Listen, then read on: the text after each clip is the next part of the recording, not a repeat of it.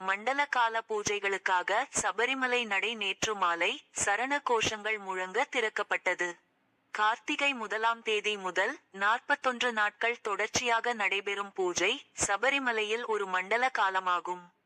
இதற்காக நேற்று மாலை காலை 5 மணிக்கு மேல் சாந்தி அருண்குமார் நம்பூதிரி நடை திறந்தபோது பக்தர்கள் சரண கோஷம் எழுப்பினர்.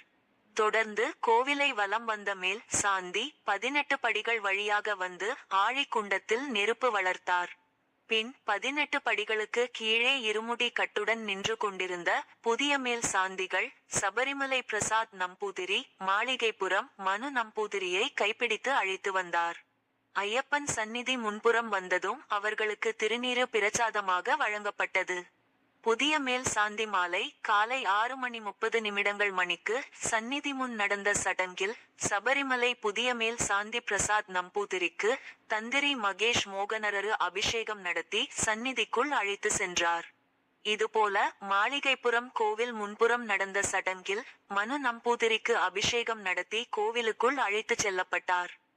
நேற்று வேறு விசேஷ பூஜைகள் எதுவும் நடைபெறவில்லை.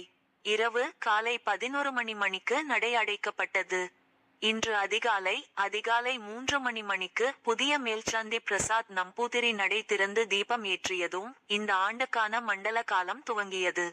தொடர்ந்து தந்திரி மகேஷ் மோகனரரு ஐயப்பன் சிலையில் அபிஷேகம் நடத்திய பின் நெய்யபிஷேகத்தை துவங்கி வைத்தார். டிச 27 வரை எல்லா நாட்களிலும் அதிகாலை 3 மணிக்கு நடை திறக்கப்பட்டு அதிகாலை 3:30 முதல் காலை 11:30 வரை நெய்யபிஷேகம் நடைபெறும்.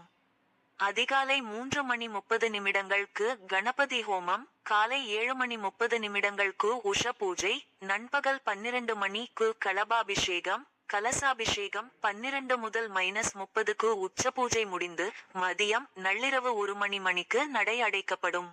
ஆன்லைன் முன்பதிவு மீண்டும் மதியம் அதிகாலை 3 மணிக்கு நடை திறக்கப்பட்டு மாலை காலை 6:30க்கு தீபாராதனை, இரவு காலை 7 மணிக்கு புஷ்பாபிஷேகம், காலை 9:30 மணிக்கு அத்தாழ பூஜை நடைபெறும்.